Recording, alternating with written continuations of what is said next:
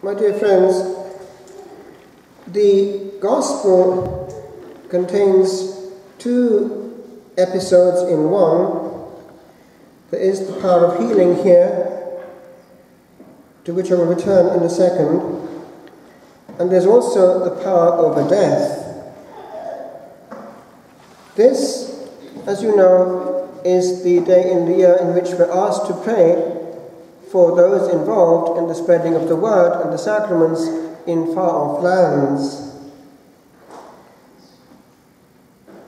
We know from testimony and experience that in the first wave of evangelization, God and man work very much hand in hand. Why? Because it's basically against the majority, and they have very little to fall back on unless it be the divine. It has been said that one man with God is a majority. Already in the Acts of the Apostles, we see that happening. What happens when they reach a place for the first time? The Lord is very generous with his miracles. And so it is that we know that missionaries have always had that puzzling experience. Things start to happen, and it's ongoing actually. Multiplication of food, healing, and quite spectacular miracles. With regard to healing, we can be sure that also St. Patrick would have had that prodigy happening before his eyes. It's a part of the Christian experience, ongoing. In Wales, in the diocese in which our family is, the north, we have St. Winifred's Well, which has gone on without a break since the martyrdom of St. Winifred. The Holy Well gushed forth, and still to this day, miracles happen. I often send people there, actually, especially travelling people, for instance, girls who are having a job to have a child. After 1 or 2 years of marriage, they get worried. And this is one gift that St. Winifred has. They conceive. But just the other day, I was with close friends just over the border in the north. And we have also one there, which is not quite as well known, and perhaps not as well known as it should be. But it is very powerful. It's the well of St. Makua, just on the border. It's in Derrynws, and there, very powerful miracles are still happening. It was an annoyance to the Protestants in the area, and at one point in history, not that long ago actually, it was in the hands of a Protestant family who made it impossible for the Catholics to get to it. So the saint intervened, and lo and behold, the Holy Fount popped up on the Catholic side. And so it is, the Catholics right now get healing. And just the other day, I was getting testimonies of those healings. The arm of the Lord is not shortened. With regard to the other bit, power over death, this I want to look into. I lived with missionaries actually more than once. First time in Dublin, in Dartry House there in Rathgar, while studying in Milltown, and they were very interesting missionaries, often quite young, with frightening testimonies and powerful testimonies. It was hand-to-hand combat, and it was serious stuff. But also in Rome, with the American Maryknoll community, that's the missionary branch, if you like, of the American church. Very interesting and sincere people. And the rector of the house had given all his life to Africa, and he's back there by his own choice. He wants to die with the people he has served. But this was a man who could rattle off stories which would make your hair stand on end, just during a homily or at table. And I was grateful for his company. And he warned us It's not like here in Europe. It's not as in Rome, where there's a great density of priests and therefore sacramental life. There, at the first evangelization, it's light coming into complete darkness, and he was an American, and he knew what he was saying. And he had to experience this himself. Why? Because even though people may be baptized, just to be sure, they hang on to their fetishes sometimes, and that's the bit that brings in back the powers of the evil one. And also, when it comes to the very first evangelization, it's really head on. Why? Satan does not want to relinquish his grasp. He's possessed these parts of the earth from time immemorial, and he has his own. Satan is out there, and whether consciously or unconsciously is worshipped. The power that witch doctors have is not good power. It's real power, and they have power over society as a consequence, and they are feared. And people know the power also of curses.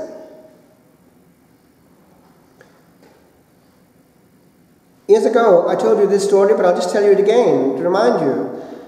He had some inkling there was stuff going on in the village, spooky stuff, and some of his own might have been involved. So he had to do a mopping up operation, bringing them one by one to swear on the Holy Bible that they were not involved with anything of that nature. So they came, one after the other. But then this lady came up. Well, I'm involved with all the activities of the parish. How could I possibly be involved? I know, dear, but just put your hand on the Bible.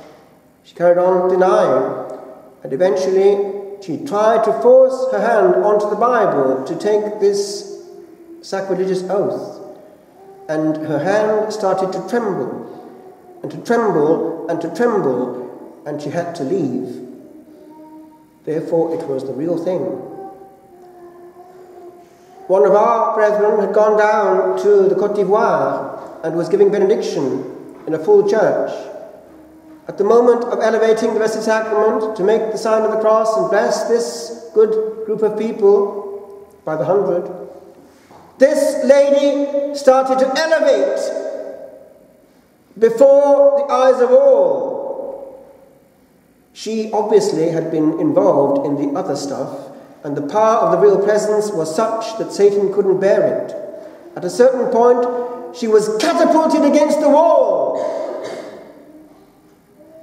and fell to the ground. Satan was lurking in there too. And he would tell us too of things the witch doctors could do. I was quite surprised to hear him say this bit. Now, you're talking about an American. He came out with this, with regard to what the witch doctors could do. Apparently, there was this very powerful witch doctor in the area who could do extremely prodigious things. And at one point, it seems that with the collusion of these powers beneath, he had transformed himself into the fastest bird or animal, I'm not sure which, I think animal actually, that exists. And in a miraculous time, had zoomed from one part of the country to the other through this transformation and reappeared somewhere else to do more mischief. This was what he was up against. It wasn't just RTE, it was here the real thing. Precisely not amused that grace should come and take over. I'll make a jump. This gospel talks about this damsel, about 12 years of age, who was actually dead. And he engaged his divine power to bring her back to life. This was not resuscitation now, this was bringing back from the dead.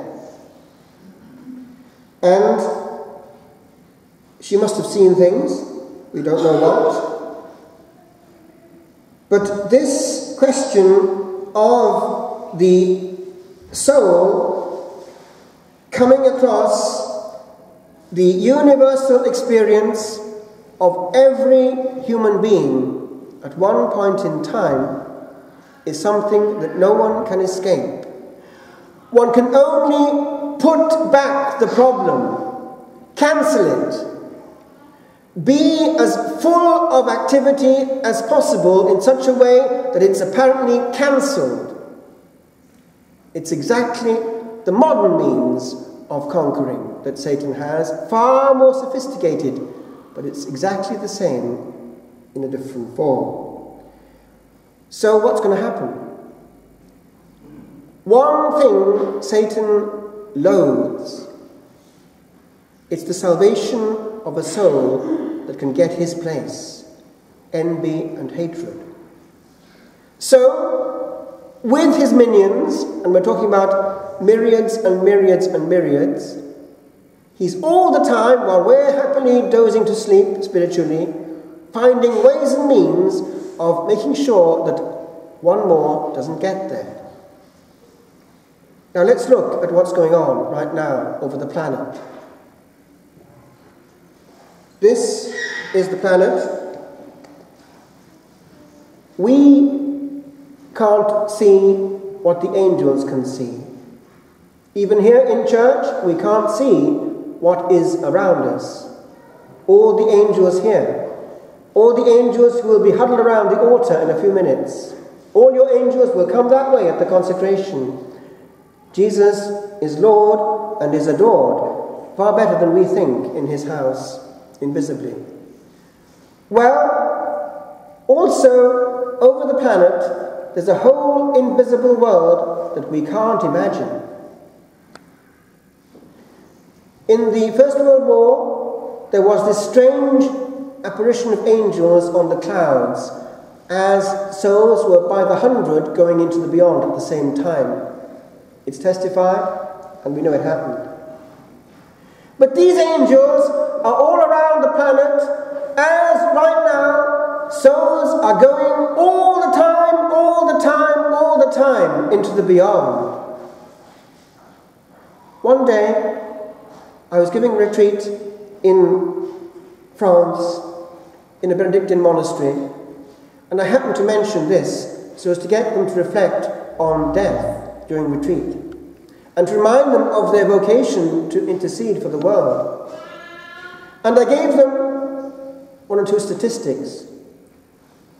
One of the brethren had a distraction and came back to me with the fruit of his distraction a while later. He'd worked out on paper, therefore, the number of people dying per second on this planet. And he worked it out as about 2 per second, using the figures that have come actually from the Vatican. I'll give you them at the end of the homily. Now, I want you to look into this. Imagine that you're an angel. What can you see? All over Ireland right now, there are souls coming out, coming out, coming out of time and geography, and going into a realm that we don't quite know.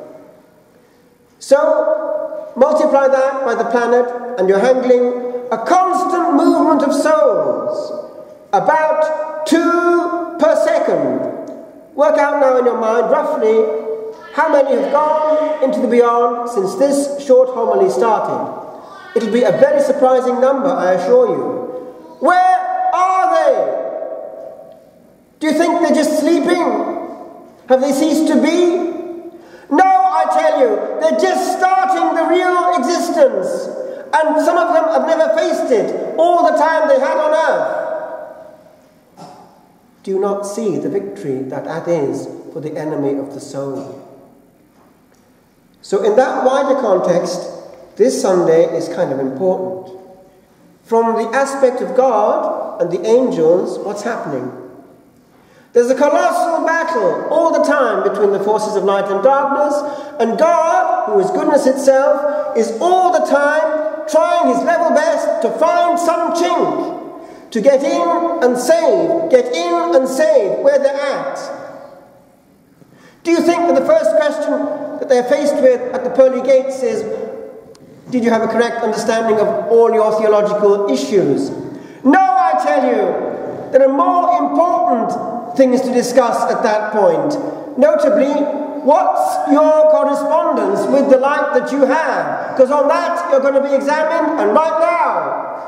And you can't have a court of appeal against this examination. It's yes or no. And forever. Oh, I wasn't told that on the other side. Exactly. No one ever warned you.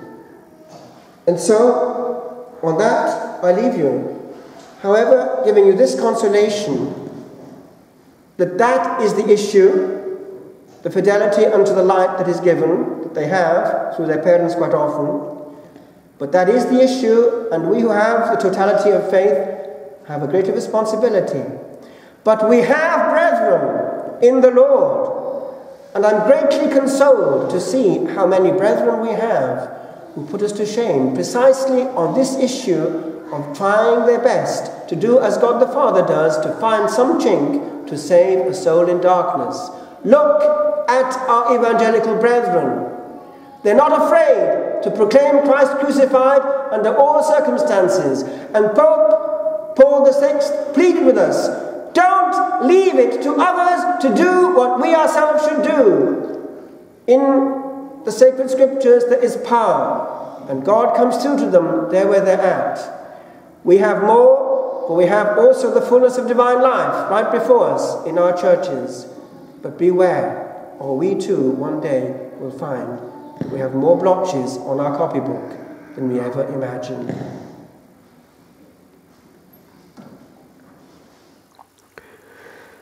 Calculating deaths.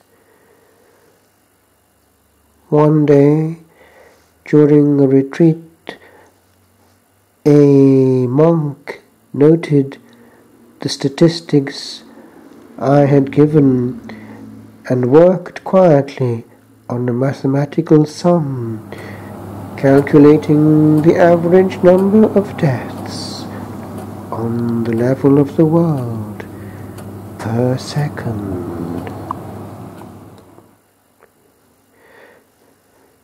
The tapping of a moment lingers long for one that comes no more upon this way, and oft a flash did dash the softest song that never more shall rock the close of day. The seconds that tick on, tick no more on, there where they may not come, and we know not the vision of the eye whose work is done, that sees naught and sees all, where none wrought. We cease to be, not quickly as we come upon a night to shine, and ecstasy that was our first beginning, our long home may not perforce make gay. Nay, we shall see in tapping of all time what rhymes best, with what our ticking seconds chisel there.